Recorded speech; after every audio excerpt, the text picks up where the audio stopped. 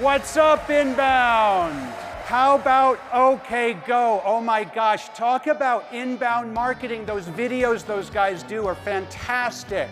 The way people buy has fundamentally changed in the last decade or so.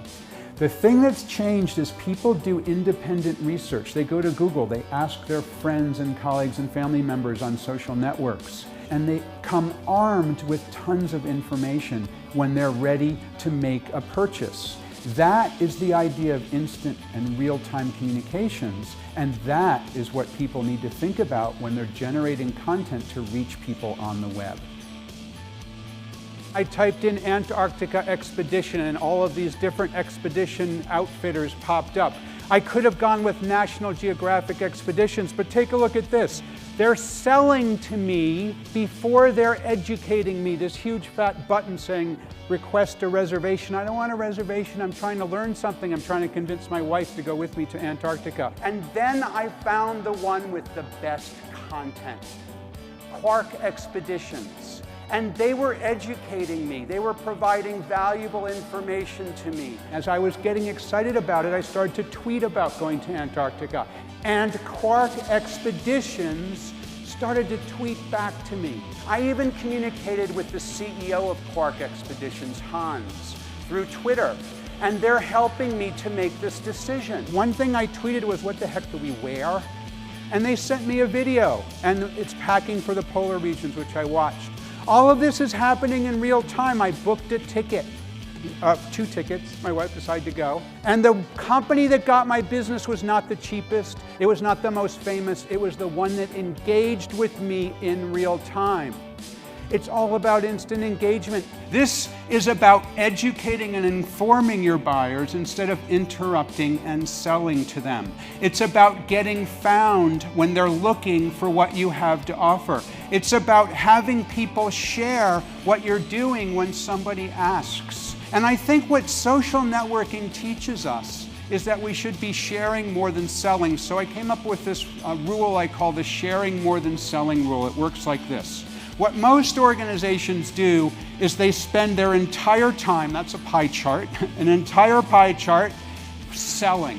I think what's better is to focus on sharing and engaging. So I suggest 85% of the time, you're sharing and engaging.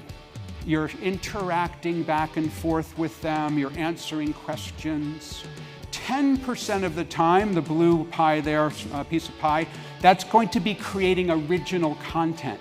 And then only 5% or less is something of promotional nature. I call that the sharing more than selling rule.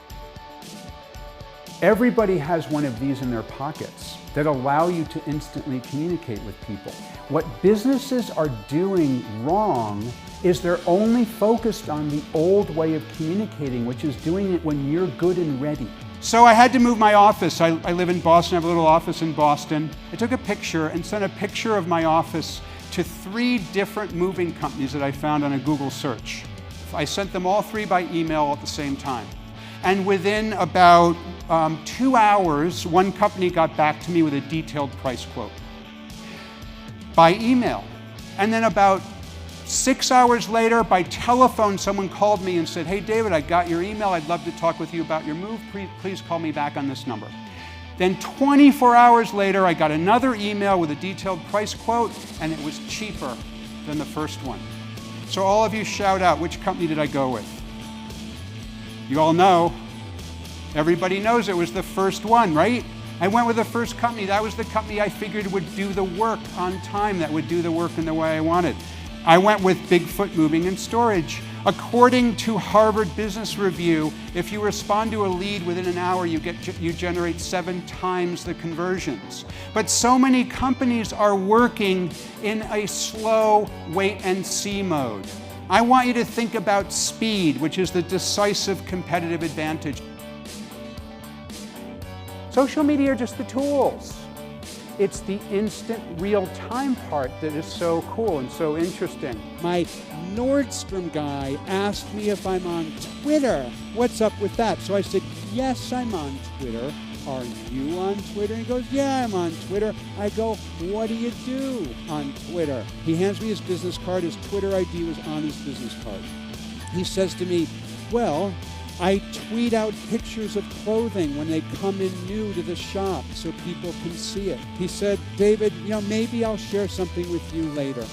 And I was sitting in a hotel room in Europe, and I got a direct message from Dave.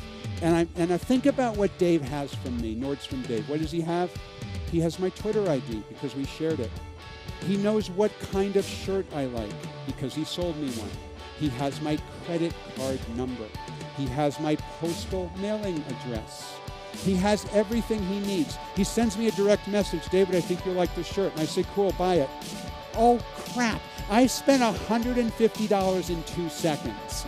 How cool would it be if the retail clerks in your shops, in your stores, if everyone who has customer contact could figure out a way to connect with customers on social networks, if appropriate, and engage with them in the way they want to communicate. I don't want to hear from someone on the phone, but if they reach me through a direct message on Twitter at the right moment, absolutely aligned with the way I buy, happy to spend $150 on a shirt. It's about being agile.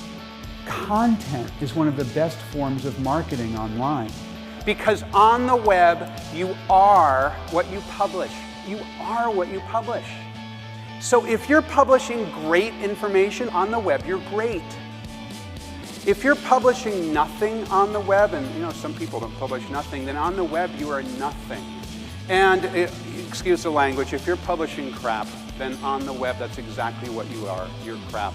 It's all about what you publish on the web, you are what you publish. My insurance agent, his name is Larry McGlynn, independent insurance agent, and he has a blog called the Massachusetts Family Insurance Blog. A couple of times a month, sometimes once a week, he writes a blog post. I love this blog post. He did a blog post called Super Bowl, Super Party, Super Liability, talking about the liability of having a party to celebrate the Super Bowl. If your guests drink too much and leave, that you have liability. He's an insurance agent. What he told me is that much of our new business comes from word of mouth, and this gives a way for customers to share information about me. Larry's blog is very successful for him.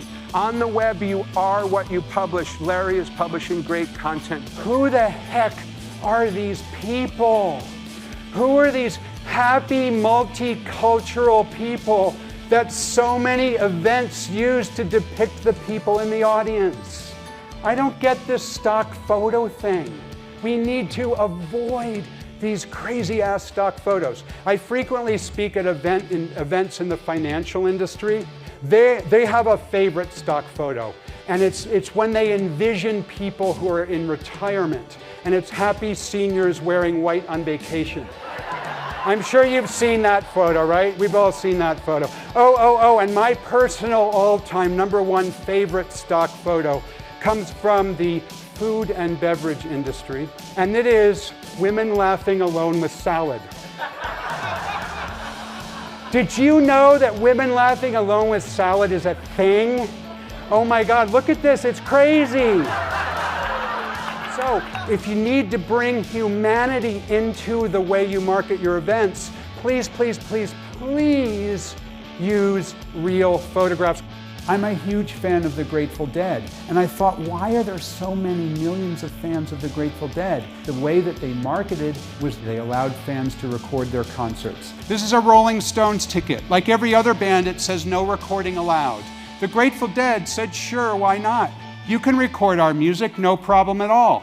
And then we traded the tapes among each other, and then that created, in the 1970s and 1980s, one of the first social networks before Mark Zuckerberg was even born. Grateful Dead fans who traded tapes. It created the most popular touring band in rock history. They sold over $1 billion worth of concert tickets because of free content. So what I suggest that you do is try to remove as many barriers as possible from delivering your content. The whole idea of instant communications is that you can be ready when the time is right, when the market is right. My favorite idea of all when it comes to real-time communications is what I call newsjacking. Newsjacking is the art of injecting your ideas into a breaking news story. What do? You monitor Google News, you figure out what people are interested in, and then you write a blog post or create a video, and in a real timely manner, within a couple of hours, you push it out into the marketplace. That's what Trent Silver does. He's a 22-year-old entrepreneur. He runs a business called Cash for Purses. Cash for Purses buys women's handbags and then sells them to other people at a profit, typically on eBay. So his big problem is how can he get more purses? High-end Prada, Louis Vuitton is what he's looking for. So what Trent does is he looks at the news and finds out what's going on. He learned that Lindsay Lohan was having money troubles. Remember when that was going down? So he did a blog post offering to buy Lindsay Lohan's used handbags from her. Nah, wow, that's interesting, right? So here's the result. Radar Online then wrote a story, Lindsay Lohan will buy your purses, Lindsay. Company offers big money for Lohan's leftovers, with a link to Trent's business, Cash for Purses. How about this one? The Huffington Post. Lindsay Lohan offered money for used handbags by fundraising company with a link to Trent's business. My favorite one is The Inquisitor. Lindsay Lohan's purses may be the key to her financial freedom, again, with a link to Trent's business. Here are the results. This cost him $0. He got 8,000 online inquiries, and his conversion rate was 19%. He made $250,000 from one blog post that took him maybe an hour to do and then cost him $0. You can achieve a similar result. Why do I know this? I know this because Trent Silver was in a room just like this one. He listened to my ideas just like you're doing. He emailed me a couple of months later and said, "Oh my God, David, look what I did. This is amazing." Here's the thing you all need to take away from this. Every single one of you can achieve a similar success. Every single one of you can achieve a similar success. Sometimes people email me. They email me a month or 2 months after the presentation and say, "I did it. I did what you said and I achieved the same result. And guess what? I grew my business as a result. I have new customers as a result." Your challenge is to stop making excuses. Your challenge is to act fast and live loud. My name is David Meerman Scott, and this has been Real Time. Thank you very much.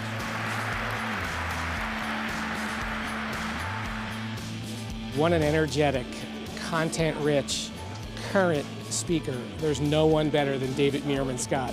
I saw him speak about a year and a half ago at a conference in San Francisco and said he was the best person I've ever seen speak. So I invited him to our client forum, and David keynoted and just knocked it out of the park. His energy and his engagement with the audience is unlike any I've ever seen. David Meerman Scott is the man. He has helped us make this inbound conference what it is. We started, we had 500 people, and then we had 1,000, 2,500, 4,000. This year we'll have 8,000. He's been a keynote every year, and he crushes it. David Meerman Scott is the man.